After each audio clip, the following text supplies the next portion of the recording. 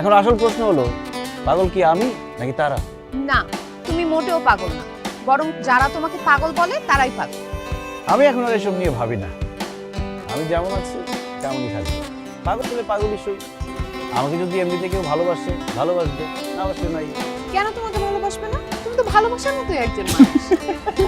কি হলো, হাসতেছো কেন? আমি সিরিয়াসলি বললাম। আমিও সিরিয়াসলি হাসলাম।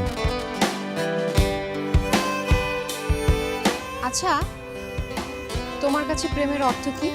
প্রেম প্রেম খুবই সিম্পল একটা বিষয়।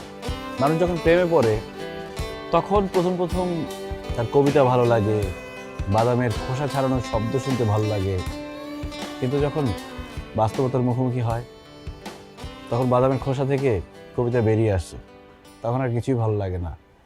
আসলে আমার কাছে মনে হয় ভালোবাসার মানুষকে এত ভালোবাসি ভালোবাসি এটা বলার কিছু নাই। ভালোবাসলে পার্টনার এমনিতেই বুঝে যায়। তোমার চোখের সামনে একটা চুল চলে আসছে।